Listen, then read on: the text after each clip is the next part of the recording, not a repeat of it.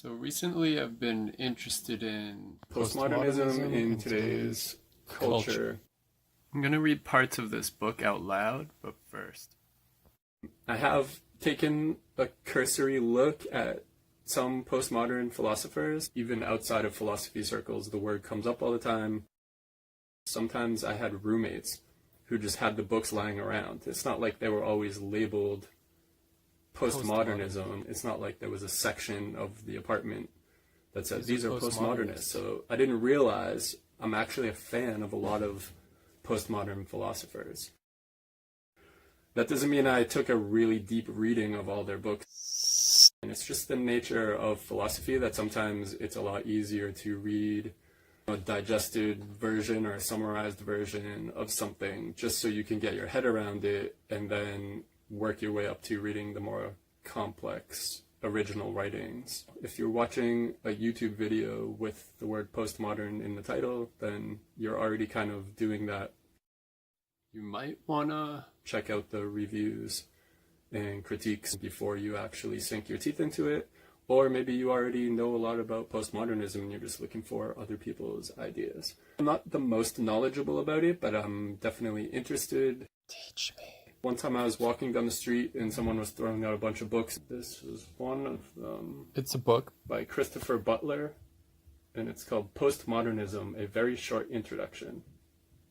It's a preeminently sane, lucid, and concise statement about the central issues, the key examples, and the notorious derelictions of postmodernism.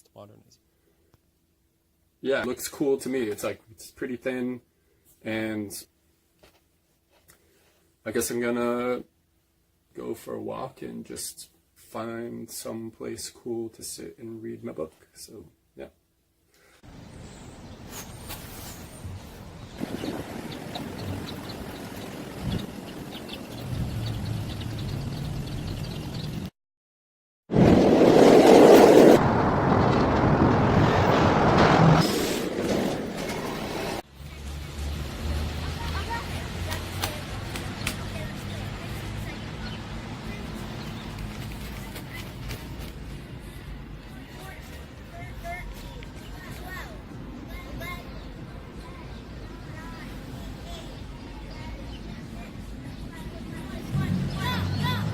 Okay, let me see. Postmodernism, a very short introduction. I think this is kind of weird. A very short introduction by Christopher Butler. Carl Andre's rectangular pile of bricks, equivalent for 1966, annoyed lots of people when shown at the Tate Gallery in London in 1976. It is a typically postmodernist object. Now re-enshrined in the Tate Modern, it doesn't resemble much in the canon of modernist sculpture. It is not formally complex or expressive or particularly engaging to look at. Indeed, it can soon be boring. It is easy to repeat, lacking any features to sustain interest in itself, except perhaps to Pythagorean number mystics. It inspires us to ask questions about its context rather than its content. What's the point of this? Or, why is this displayed in a museum? Some theory about the work has to be brought in to fill the vacuum of interest. And this is also fairly typical. It might inspire the question, is it really art or just a pile of bricks pretending to be art? But this is not a question that makes much sense in the postmodern era, in which it seems to be generally accepted that this is the institution of the gallery, rather than anything else, which has made it de facto a work of art. The visual arts are just what museum curators show us, from Picasso to sliced-up cows, and it is up to us to keep up with the ideas surrounding these works. Many postmodernists, and of course their museum director allies, would like us to entertain such thoughts about the ideas which might surround this minimalist art. A pile of bricks is designedly elementary. It confronts and denies the emotionally expressive qualities of previous modernist art. like Duchamp's famous urinal or his bicycle wheel mounted on a stool. It tests our intellectual responses and our tolerance of the works that the art gallery can bring to the attention of its public. It makes some essentially critical points, which add up to some quite self-denying assumptions about art. André says, "What I try to find are sets of particles and the rules which combine them in the simplest way," and claims that his equivalents are communistic because the form is equally accessible to all men. This sculpture, however politically correct it may be interpreted to be, isn't nearly as enjoyable as Rodin's Kiss or the far more intricate abstract sculptures of a sculptor like Anthony Cara. André's theoretical avant-gardism, which tests our intellectual responses, suggests that the pleasures taken in earlier art are a bit suspect. Puritanism, calling into question, and making an audience feel guilty or disturbed, are all intimately linked by objects like this. They are attitudes which are typical of most postmodernist art, and they have often a political dimension. The artwork for which Martin Creed won the Turner Prize in 2001 continues this tradition. It is an empty room in which the electric lights go on and off. I will be writing about postmodernist artists, intellectual gurus, academic critics, philosophers, and social scientists in what follows, as if they were all members of a loosely constituted and quarrelsome political party. This party is by and large internationalist and progressive. It is on the left rather than on the right, and it tends to see everything, from abstract painting to personal relationships, as political undertakings.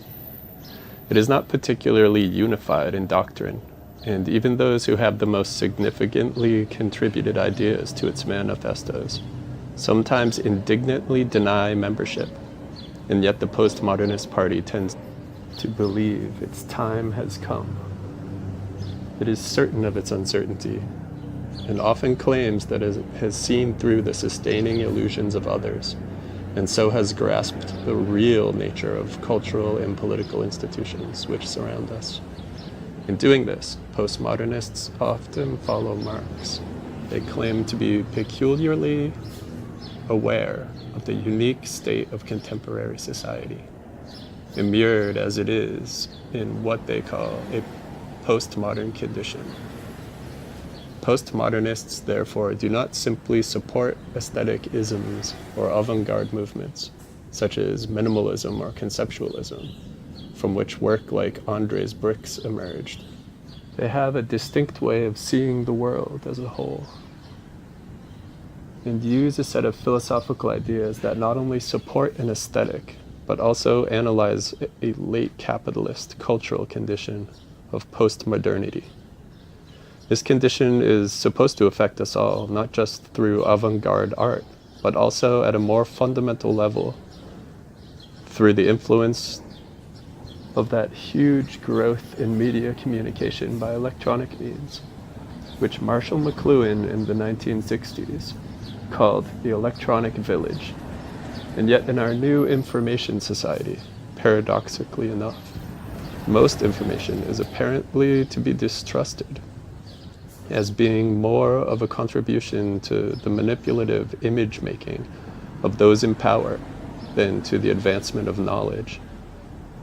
The postmodernist attitude is therefore one of suspicion, which can border on paranoia, as seen, for example, in the conspiracy theory novels of Thomas Pynchon and Don DeLeo, and in the films of Oliver Stone. A major Marxist commentator on postmodernism, Frederick Jameson, sees John Portman's Westin Bonaventura Hotel in Los Angeles as entirely symptomatic of this condition. Its extraordinary complexities of entryways, its aspiration towards being a complete world, a kind of miniature city, and its perpetually moving elevators make it a mutation into a postmodernist hyperspace, which transcends the capacities of the human body to locate itself, to find its own position in a mappable world. This milling confusion, says Jameson, is a dilemma, a symbol and analog of the incapacity of our minds to map the great global multinational and decentered communicational network in which we find ourselves caught as individual subjects. Many of us have felt something like this in London's Barbican Centre. This lost in a big hotel view of our condition shows postmodernism to be a doctrine for the metropolis, within which a new climate of ideas has arisen and brought with it a new sensibility. But these ideas and attitudes have always been very much open to debate, and in what follows I shall combat postmodernist skepticism with some of my own. Indeed, I will deny that its philosophical and political views and art forms are nearly as dominant as a confident proclamation of a new postmodernist era suggests. It is nevertheless obvious by now that even if we restrict ourselves to the ideas current within the artistic avant-garde since 1945, we can sense a break with those of the modernist period. The work of James Joyce is very different from that of Alain Grillet, and that of Igor Stravinsky from that of Karl-Heinz Stockhausen, that of Henri Matisse from that of Robert Rauschenberg, of Jean Renoir from that of Jean-Luc Godard, of Jacob Epstein from that of Carl Andre, and of Mies van der Rohe from that of Robert Venturi. What one makes of this contrast between the modern and the postmodern in the arts largely depends on the values one embraces. There is no single line of development to be found there. Many of these differences arose from the sensitivity of artists to changes in the climate of ideas. By the mid-1960s, critics like Susan Sontag and Ihab Hassan have begun to point out some of the characteristics, in Europe and in the United States, of what we now call postmodernism. They argued that the work of postmodernists was deliberately less unified, less obviously masterful, more playful or anarchic, and more concerned with the process of our understanding than with the pleasures of artistic finish or unity, less inclined to hold a narrative together, and certainly more resistant to a certain interpretation than such of the art that had preceded it. We will look at some examples of this later on. The rise of theory. Somewhat later than the period in which the artists mentioned above established themselves, a further postmodernist development took place. The rise of theory among intellectuals and academics. Workers in all sorts of fields developed an excessively critical self-consciousness. Postmodernists reproached modernists and their supposedly naive liberal humanist readers or spectators or listeners for their belief that a work of art could somehow appeal to all humanity and so be free of divisive political implications. The rise of the great post-war innovatory artists, Stockhausen, Belize, Rob Grillet, Beckett, Coover, Rauschenberg, and Bayes, was succeeded, and many would say supplemented and explained, by the huge growth in the influence of a number of French intellectuals, notably the Marxist social theorist Louise Althusser and the cultural critic Roland Barthes, the philosopher Jacques Derrida and the historian Michel Foucault, all of whom in fact began their work by thinking about the implication of modernism and rarely had any extended relationship to the contemporary avant-garde. Althusser was concerned with Brecht, Barthes with Flaubert and Proust, Derrida with Nietzsche, Heidegger and Mallarmé, and Foucault with Nietzsche and Bataille. By the mid-1970s, it becomes difficult to know what matters most to postmodernists: the fashioning of a particular kind of disturbing experience within art, or the new philosophical and political interpretative opportunities which it offered. Many would now say that, for committed postmodernists, interpretative implications were always and disastrously privileged over the enjoyable artistic embodiment and formal sophistication which so many had learned to appreciate in modernist art. This startlingly new framework of ideas was exported from the France of late 1960s and early 1970s to England, Germany, and the United States.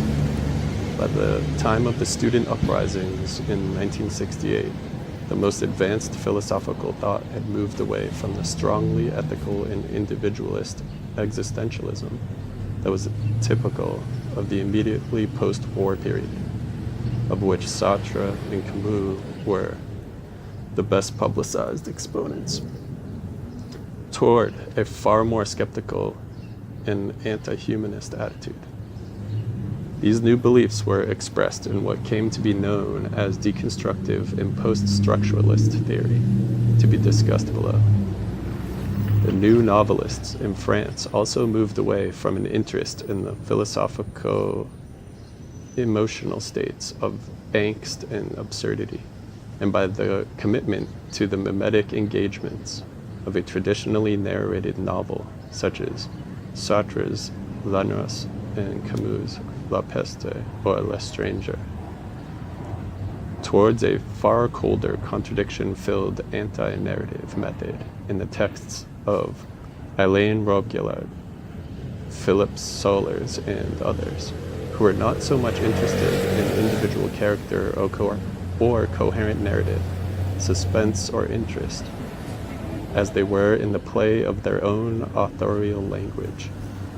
The new ideas, although they came to inspire some literature and to dominate its interpretation in academic circles, were actually rooted outside the arts. Barthes was mainly interested in the application of linguistic models to the interpretation of text. Derrida's philosophical work began as a critique of linguistics, and Foucault's base was in the social sciences and history. They were also all guided to a greater or lesser degree by the rereading or redemption of Marx, whose dominance in places like the Soviet Union was, before 1989, rather airily explained away as due to a misapplied bureaucratic socialism.